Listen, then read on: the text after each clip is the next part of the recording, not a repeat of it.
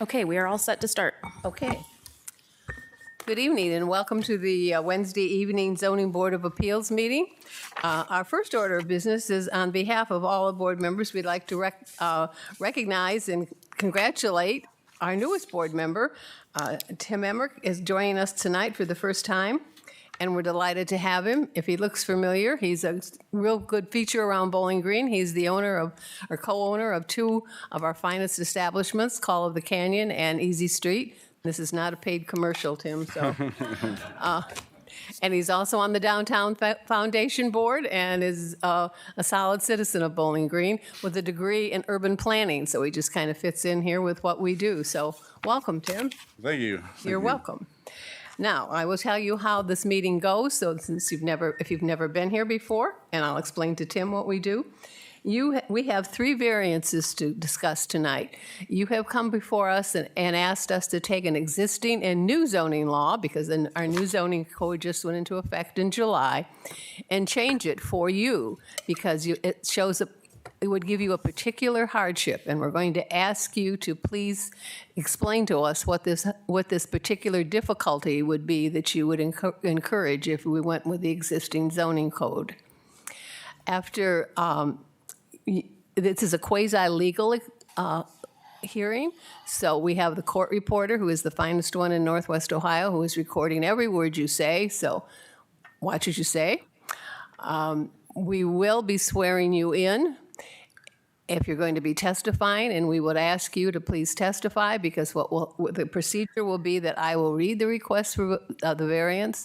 I will ask the city planning director to show us in the tectometry and the map what the concurrent rules are, and then I will ask you to come to the podium, and the first thing you must do is state your name and address, and please always talk into the microphone and talk up, because the reporter is recording every word. She's not hard of hearing, but the acoustics in this room are sometimes a little difficult. So if you're asking for a variance and you think you may be testifying tonight, will you please stand and raise your right hand? Do you swear to tell the truth, the whole truth, and nothing but the truth, so help you God? I do. Consider yourself sworn in. In the event your request for this variance not be granted, you have the option of going to the Court of Common Pleas. Okay? All right. The first order of business is going to be the approval of the minutes from the September 13th meeting. May I have a motion? So moved. Is there a second? Second. All those in favor signify by saying aye. Aye. Opposed? Opposed, same sign. Minutes are approved. The first variance is Scott Guthrie, 711 South Summit Street, has requested a variance to allow the construction of a 20-foot by 46-foot addition, which would encroach 20 feet into the 30-foot required rear yard setback to the east in the R1 low-density residential zone. Heather? Thank you. So under the new zoning code and zoning map, this property is zoned R1 Low Density Residential Zone. Under section 150.23 is where we see the R1 zone standards, and the rear yard setback minimum is 30 feet. Here's an aerial view of the property. Using pictometry, here is facing north, so you can see the side of the house. And here's looking at the rear of the house. And then a view of the front of the house. And then lastly, a view of the other side of the house, so that would be facing south. Here's a picture of the front of the house. Here's looking towards the side of the property. Here's a view approaching the rear yard. And then a view looking at the rear yard of the house. We did receive a couple of emails, or one is a letter, one is an email that I gave you at your seats that I will read into the record. So the first one is an email from Nancy Motat. I'm not sure how to say that. We received this on Wednesday, October 4th, 2023 at 11:54 a.m. to the Planning Department regarding Scott Guthrie variance. It says, I do not have any issues with this request. And that is from Nancy Motat, 709 South Summit Street. Then we received a letter Basically, it's a copy of the letter we send to the neighboring property owners. And there is a handwritten note on there that we copied for you that we had received as of October 4th, 2023, it's dated, and it reads, Heather, our organization is fine with this. Signed, Steve Green, owner, and he left his phone number.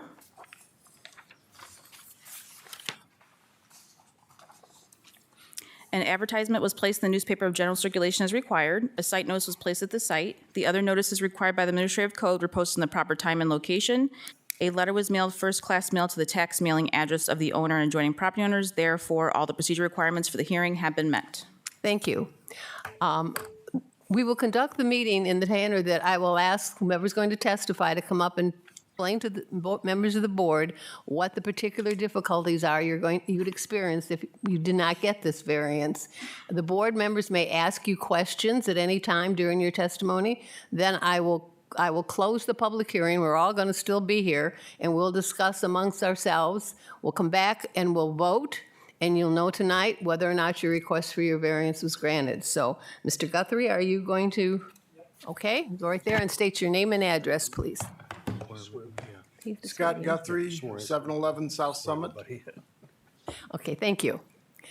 Now, would you like to explain to us what you're asking and why there's a particular difficulty if you do not stay within the existing zoning rules? I'm a toy collector and model trains, etc.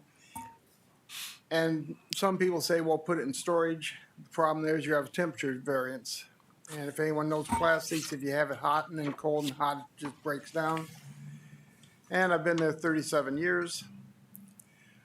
So you have a lot of toys, in other I words. have a lot of toys, a lot of collections. As my mom put it, I never found the right woman, never married the wrong one. So that gives me money. Yeah. Now, you want to tell us a little bit about why you need this particular variance?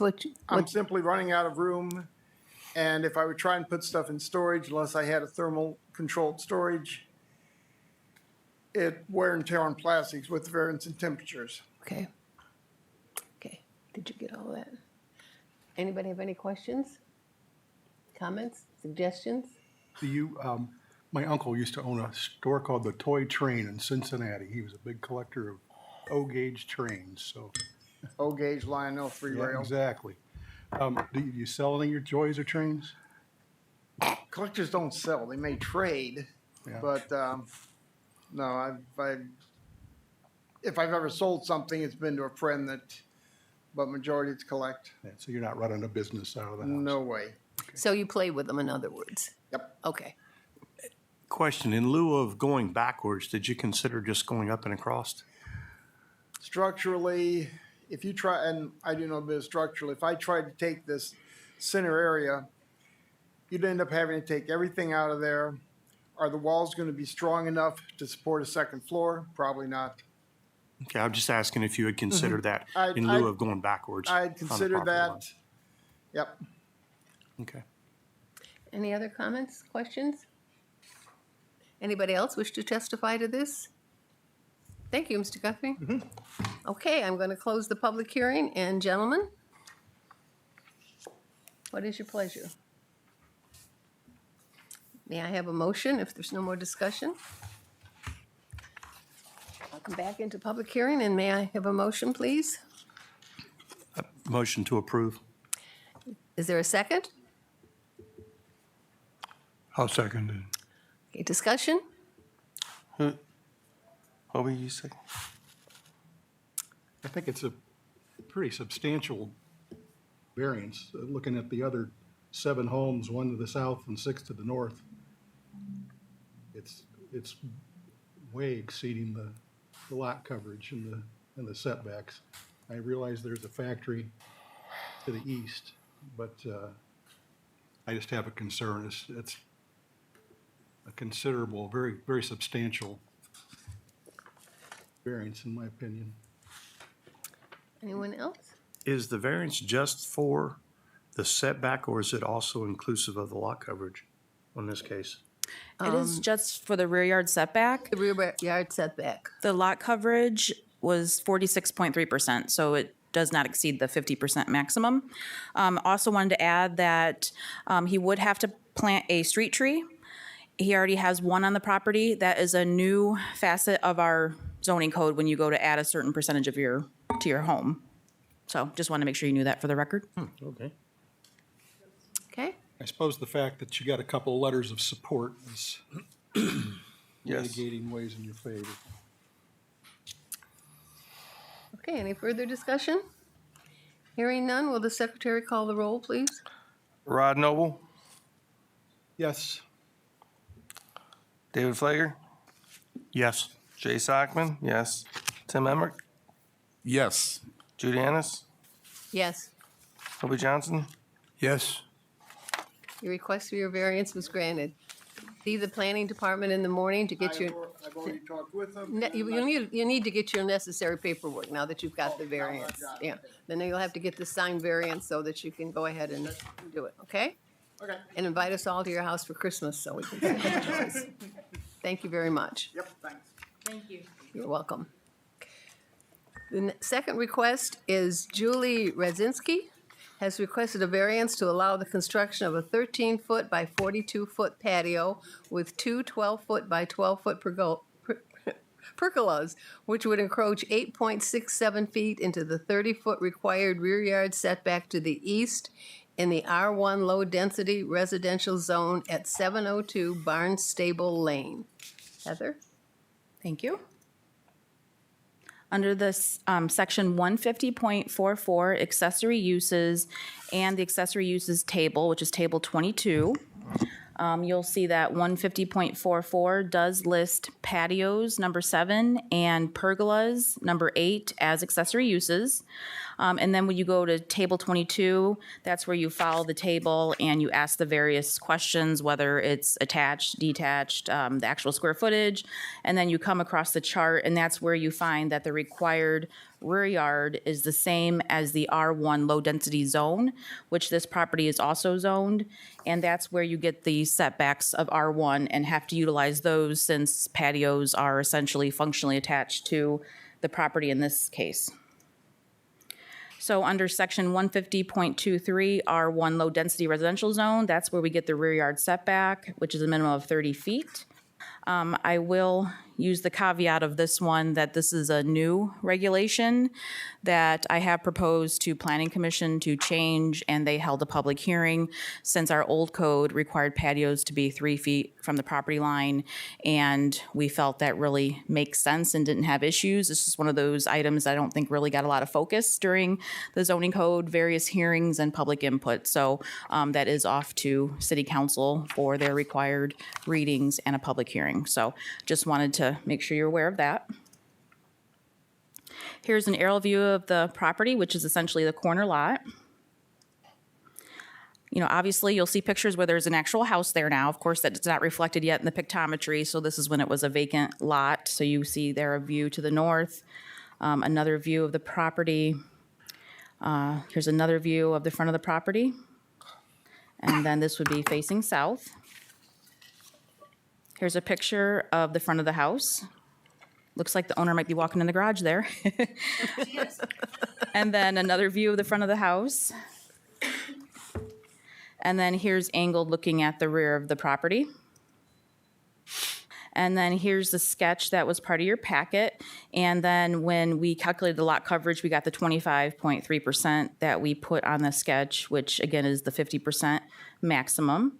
We did not receive any phone calls or correspondence from any of the neighbors that were sent letters. An advertisement was placed in the newspaper of general circulation as required. A site notice was placed at the site. The other notices required by the administrative code were posted in the proper time and location. A letter was mailed, first class mail, to the tax mailing address of the owner and adjoining property owners. Therefore, all the procedure requirements for the hearing have been met. Thank you. Would you like to come to the microphone and identify yourself, please, and then explain why not being granted this variance is a particular hardship for you to stay within the existing zoning, okay? Yep. Okay. I'm Julie Radzymaski. My current address is 641 South College, but the home is new, so we're in process of moving, so 702 Barnstable. So again, requesting the You variance. want to talk into the mic so sorry. we can hear. Does it stay down? Too good. Requesting the variance to just add a simple patio in the back of the home. You know, as she stated, it was or is a corner lot, so we have restrictions with those setbacks, the front, of course, and, you know, also the rear. So we were just barely fit, you know, the house on the lot itself. So we were, like I said, tight with that up front corner right. So, and then obviously this is for the rear setback. We would just want to put in that simple patio in the back. I put the pergolas on there as a potential. It's not 100%. We're just still thinking of what, you know, we'd like to do and create and, you know, make it look nice. So it's just 42 wide by, it's coming out from the house 13 feet. So it's not the entire, you know, width of the house, just it's 42 feet wide. Okay. Gentlemen, questions, comments? Just 42 foot wide, that's pretty big. The house is 64. It's a ranch, so that's I why. drove by it today. Yeah, Nice house. yeah. Thanks. I think you might have a problem that we can't fix for you with a variance. The developer, when they platted the subdivision, included a 35-foot building line. And that east side of your property, your house is built right up to the 30-foot building line. You can see it on the plot plan. Not something that we can grant a variance from. I don't know that it's how much weight we give it.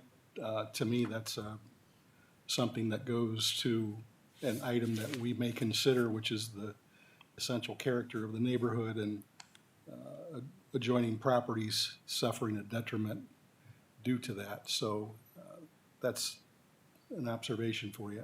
I don't think that we can fix that. Does that building line come in this way or is just strictly this direct? Yeah, but it just goes around. Gentlemen, gentlemen, your court reporter can't hear you. Yeah, I was trying to figure out the exact line that he was talking about. He Me was too. explaining where that 35-foot build line was at. What it He's meant. talking about this. It goes around the radius and then extends north. You can see there where it says 35-foot B/L. Okay.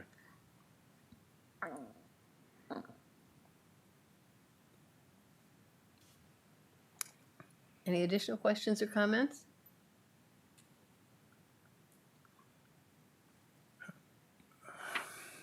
Well, this is going to involve a change in, if I understand correctly, the proposal that we are facing as a city with our new zoning, that this is considered a structure rather than a patio in the sense of its footprint.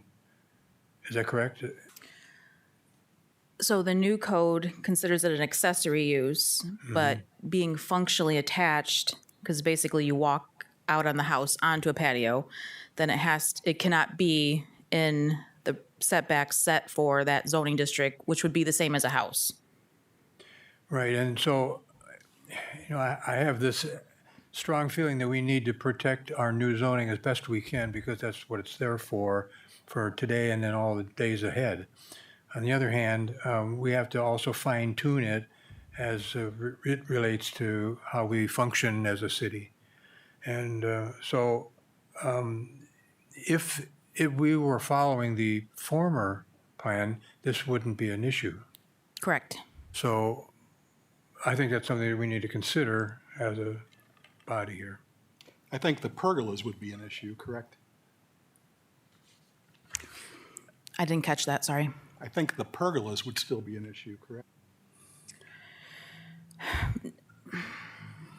Not necessarily, well, they could I don't be. see it. That's why I advise the owner to consider any future projects because corner lots, you see a lot of them for this reason. It pushes the house so far back on both front yards that it makes it really hard to do anything in the future. So that's why I asked her to think about anything she may want to do in the future so she doesn't have to come in front of the zoning board potentially again. So that's always our advice to people, to really plan long-term and think about any other potential projects. So yes, if we consider the pergolas functionally attached to the house, then they could not go into that 30-foot minimum rear yard setback.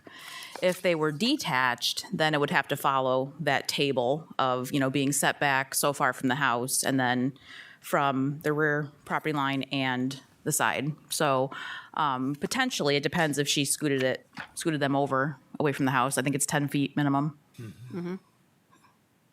But she also has a 20-foot drainage and utility easement to worry about too. So Yes, she does. the patios do not go into that, or patio, I should say, does not go into that. Right. So I just wanted to point that out. You can't move it 10 foot away if you got only 13 foot wide. I didn't- You can't move it 10 foot away from the house if it's only 13 foot wide. Right, At this point. that's the hardship there. Well, I think, again, my opinion, and bearing in mind that sounds to me like likely to be a change coming in terms of the patios not being considered a structure. I have a problem with the pergolas. I think what I would support in this case, if a motion's made to approve, is that the patio portion be approved, but the pergolas not be. And my reasoning is that while we can't enforce that 35-foot building line that the developer platted, I don't think we can thumb our noses at it either, again, because it's essential character of the neighborhood and substantially alters the adjoining properties. So that would be my rationale, what my thinking is going to be on it. But she can't hear you. Did you hear that? Did you get that? Anything else?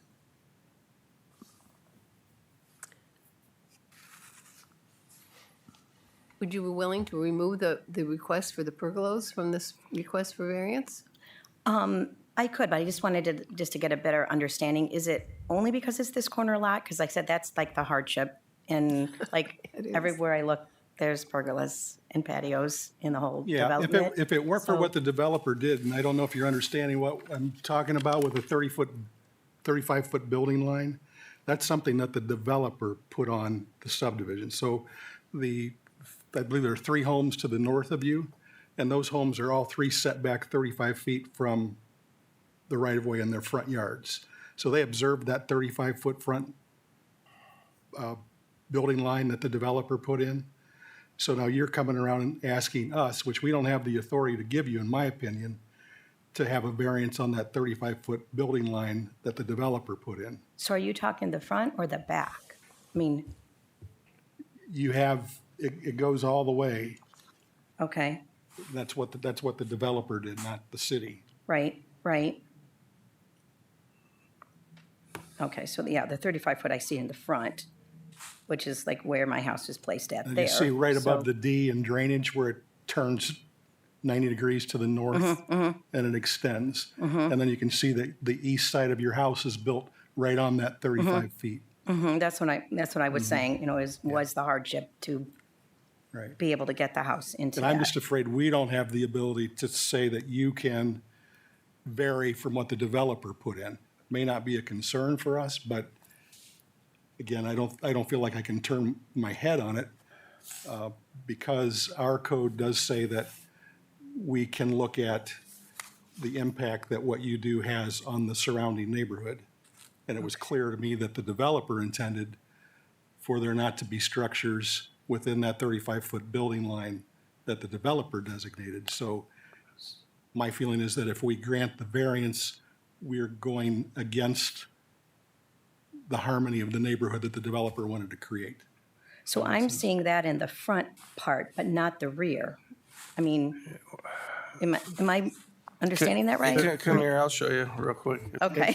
It turns and goes It- north. have the turn, and I think I'm looking at my sketch properly. The concern is So it turns that here, Right. then it goes straight up Wait, here. wait, there's too many conversations And going so- on. This like the 30-foot Yeah, building Ma'am? line here. You two need to, I'm sorry, but you need to be able to be held by the court reporters. Oh, I'm so sorry.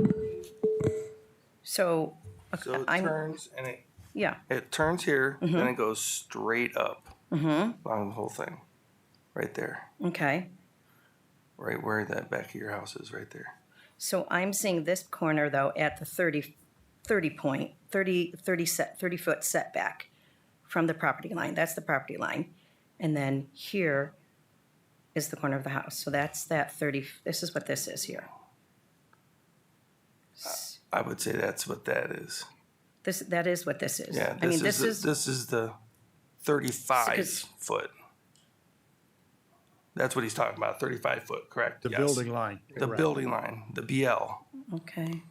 which is the 35 BL. Because I thought, see, here's my, this was the surveyor. He did it from here, which is the property line.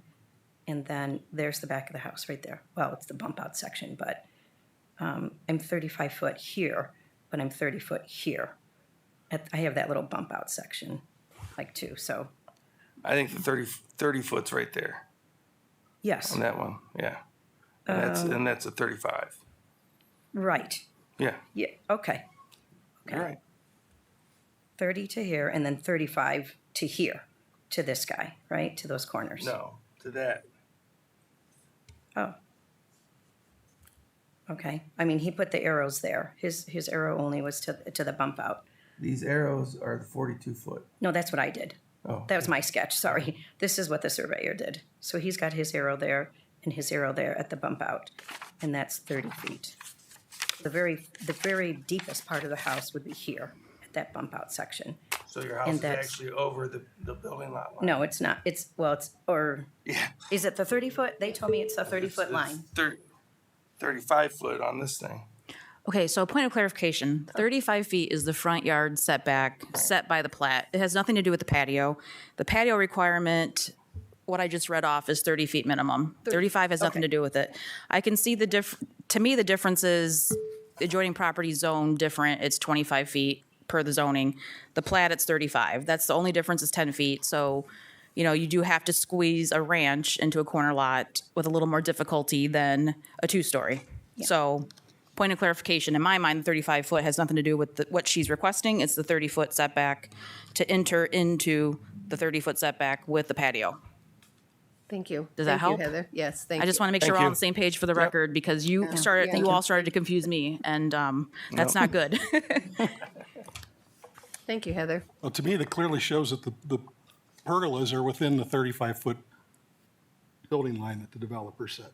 So that's, Any further discussion, comments?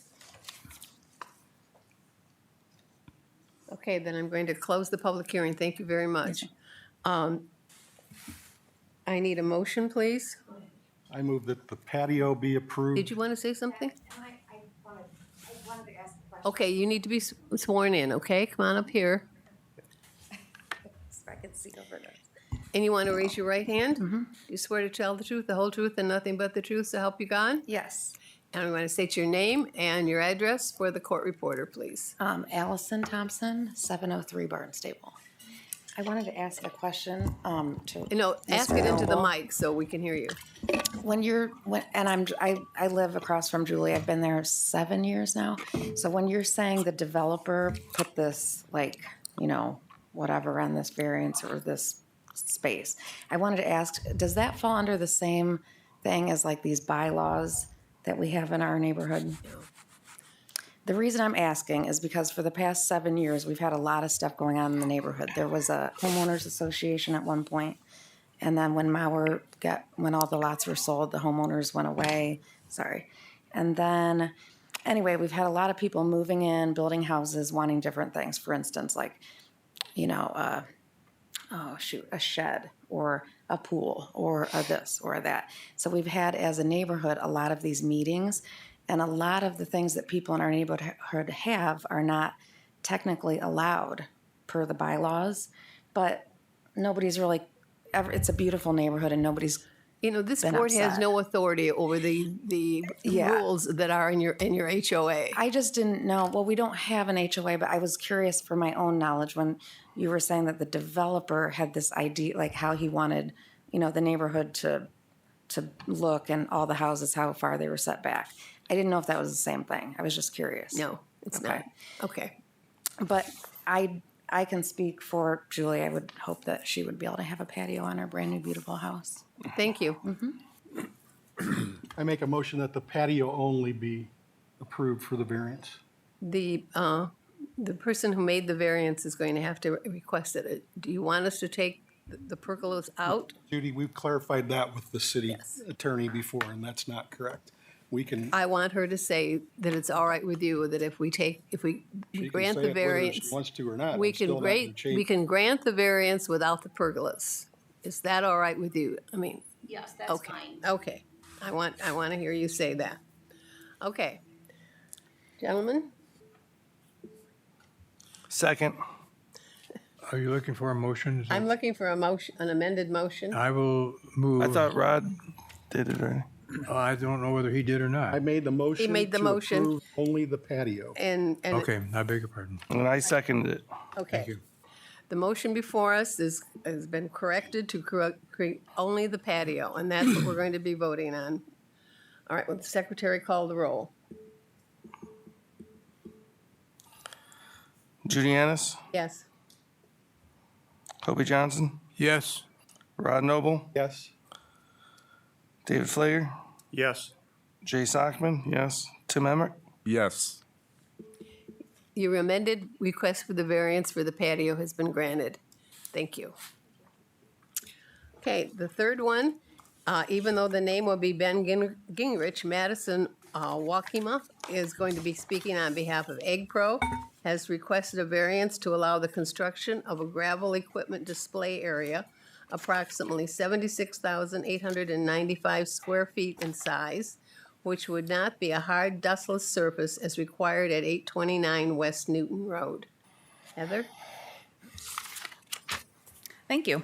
So under section 150.72, off-street parking, under F, any off-street parking or loading space or driveway or storage area for its entire length and area shall be of a hard dustless surface, asphalt, concrete, brick paving blocks, porous pavement, or porous pavers, and drained according to sound engineering practices and approved by the city engineer.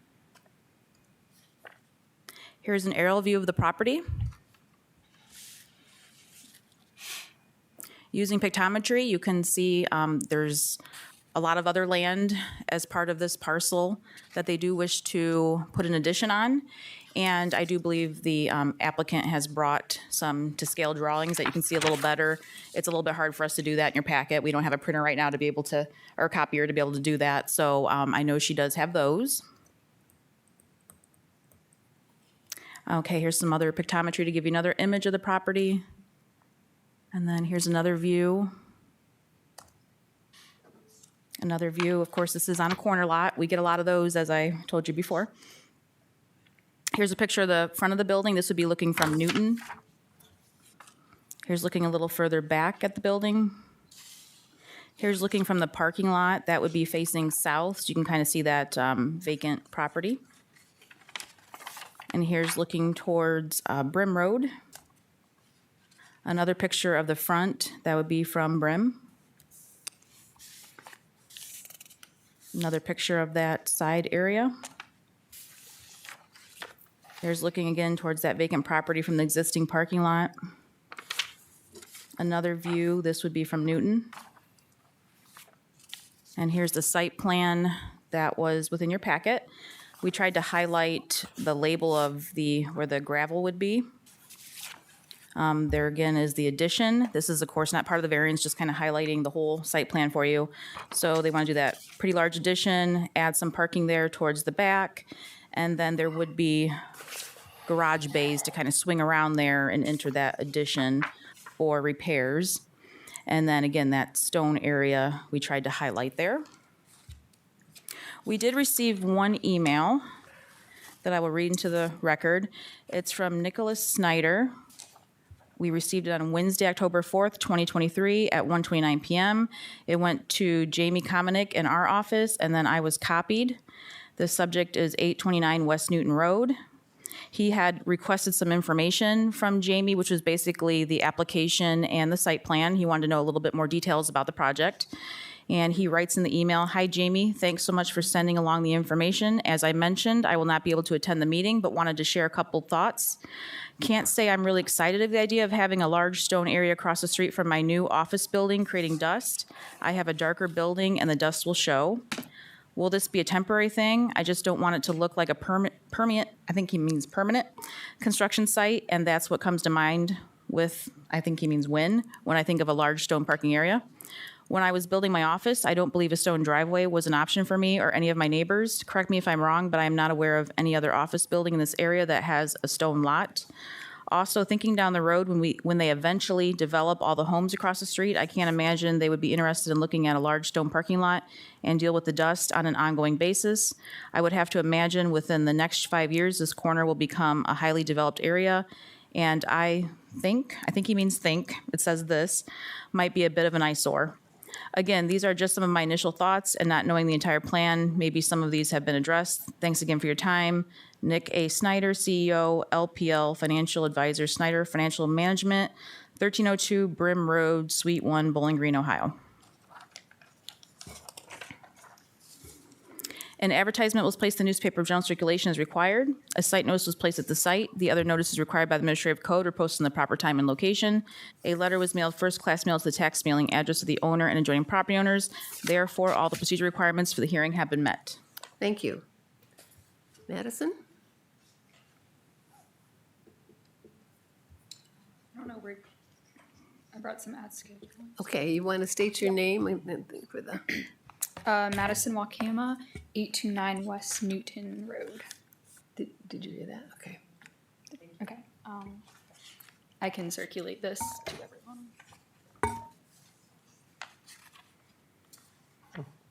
Okay.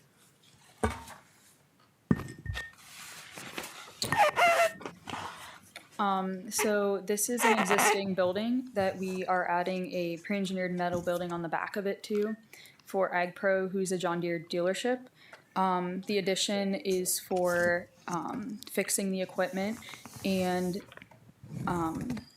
both driveways will actually be paved, and the parking areas are going to be paved. The only gravel area would be to the south and southeast of the building, which like large equipment like combines and stuff would sit. Those aren't going to be like moved around. It's more of a display area, so you would bring customers back through there. So it wouldn't really be kicking up dust because you're not going to be driving them around that area. They're going to be set there until someone like purchases it. So that was what we are applying for hardship, is if we have to pave 67 or 76,000 square feet of area, that really increases the impervious surface of the lot for an area where equipment is basically going to be sitting, and there's not going to be traffic going through it, because all the circulation areas in and out of the lot on both Newton and Brim Road are going to be paved for the parking for customers and the workers there. Anything else, gentlemen? Questions, comments? So, are you working on tractors there? Yes, So you're not gonna be driving tractors in and out the building? we will be, but the circulation area is all paved around all the bay doors and the back to the loading dock. So when they come out, where are you gonna move them to park them at? On that gravel area? So you will be moving them around there? Yes, until they're picked up. So it would they would be moved to the south area where it says like equipment and storage display under like the loading dock. Yeah, I see it. Okay. If you don't have, I'm sorry, if you don't have tractors or equipment back there, what's to prevent cars from just going back there and parking? Well, it is fenced off around the one area, but then there'll be like a gate where you can only like access if you have a card. Okay. Or keys. Heather, is it accurate that 70% is the maximum lot coverage in this zoning district? Yes, I think it was on site plan. Let me look here. It is. It is. 62.39. Yes. Did you calculate Correct. that, or did they? They calculated that. And we actually had to correct it because they didn't use the stone. Because typically, as Madison just said, from a stormwater standpoint, stone is not considered pervious surface. But from our zoning code standpoint, we do count that as part of lot coverage and an impervious surface. So they didn't calculate it that way. We had them add the stone. So the stone is factored into the 62.3% lot coverage.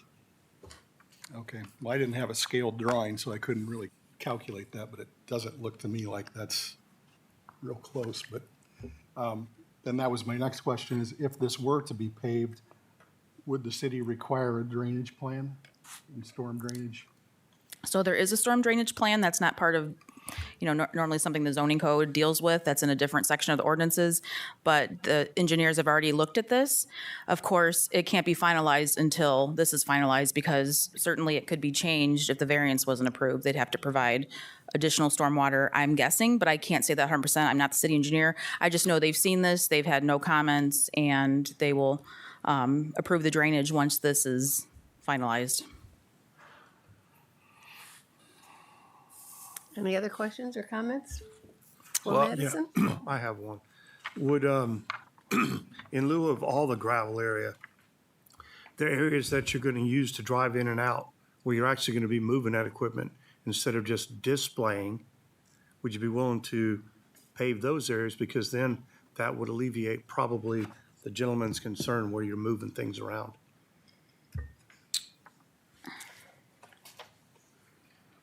It could be considered. I see it as more like there's only so many bays within the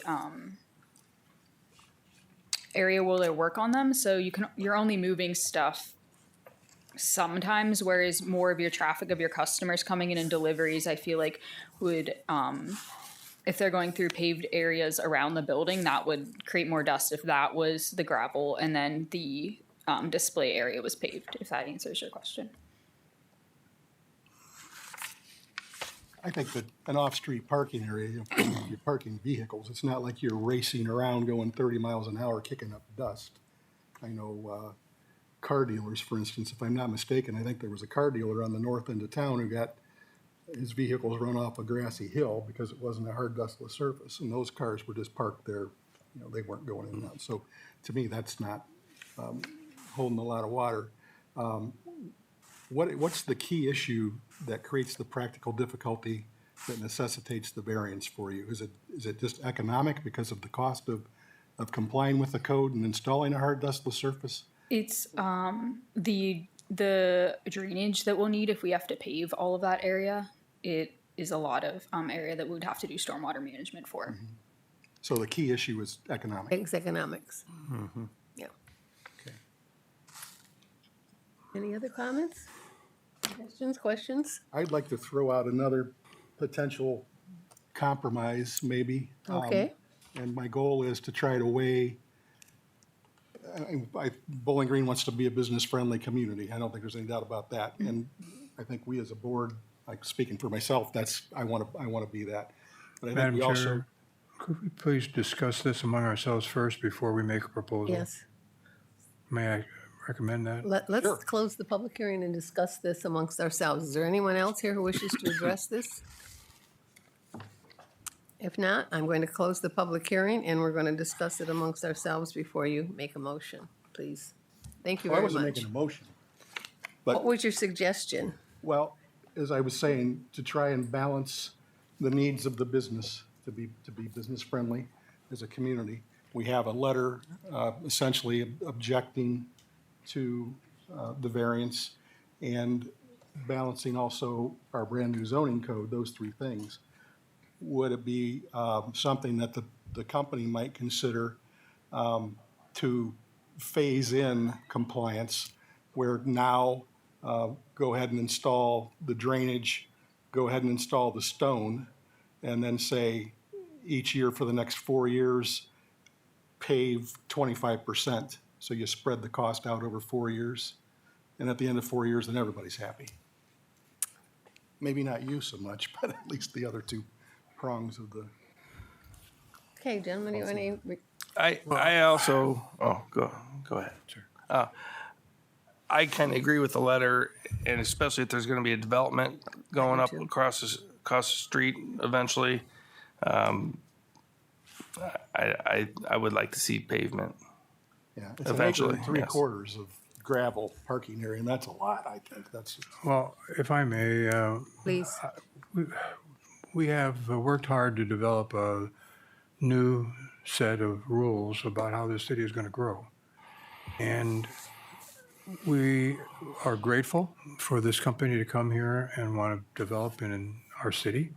But we're also grateful for across the street, development of approximately 250 homes that's going to go in there. And whether traffic is moving on a non-hard surface or not, wind does cause dust to come. So you don't have to be using the gravel to have dust to be created. I believe for the sake of those people who are yet to buy a house that is yet to be built on a property that we have agreed to be developed as such across the street, we need to look ahead and not just to today and consider what we're doing. And in my opinion, I believe it should all be a hard surface because of the residents who are going to be eventually buying across the street are going to be grateful for that. And that's what our rules and regulations are for. Point well taken. Is there any other discussion? Point of clarification, just want to let you know, stone was not allowed in the prior zoning code, so this is not a new regulation. However, I will point out a new regulation that this site plan actually brought to our attention is that they have to put extensive buffering and plantings all around the property.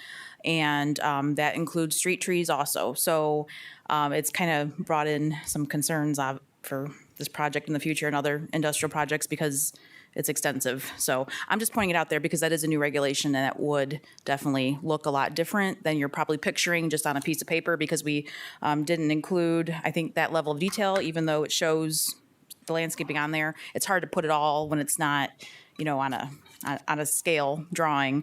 And then I also wanted to point out, thirdly, that the stormwater management basin area is on the south side of the site. And I know it's hard to read, but basically on the right piece of the paper, that whole area will be the stormwater basin. So again, just pointing out information. Thank you. So the landscaping is more extensive than the trees shown on the south lot? Yes, there will be bushes and street trees. They give it to us right here, but it's not. Oh, nope. They They're show it shown right on- here, but it's on not the really west side of the played building. out really well and what the requirements are. Do they have a separate landscaping plan already developed? Yes. We did ask them to add landscaping to this, though, so you could at least see the differences, that would be new plantings. Let me ask the board this, if along that south line with respect to the new residential coming across Brim Road, if there was some really extensive, say 12-foot tall arborvitae, that sort of thing that would effectively screen off both visually and mitigate the dust problems, is that something that might be a compromise that we could live with? Personally, I believe the landscaping is designed to be a visual screen more than it is to be a dust screen. A dust collector. Just trying to make it work. Understood. Anything else? Okay, I'm going to come back into the public and I'm going to ask for a motion, please. I'm going to move that we grant grant the variance as presented. May I have a second? Second. Who is that? I did it. And Okay, got it. is there any more discussion? Okay, Secretary, call the roll. Hobie Johnson, No. Rod Noble, No. David Flager, No. Jay Sockman, no. Tim Emmerich, No. Judy Ennis. No. Your request for your variance was not granted. You have the option, as I said in the beginning, to go to the colored common, please. Okay? Thank you for coming in. And thank you for the development. We appreciate that. We're not trying to be offensive to that. The next order of business is lobby visitation. Would you two like to visit with us? Don't leave until we visit with you.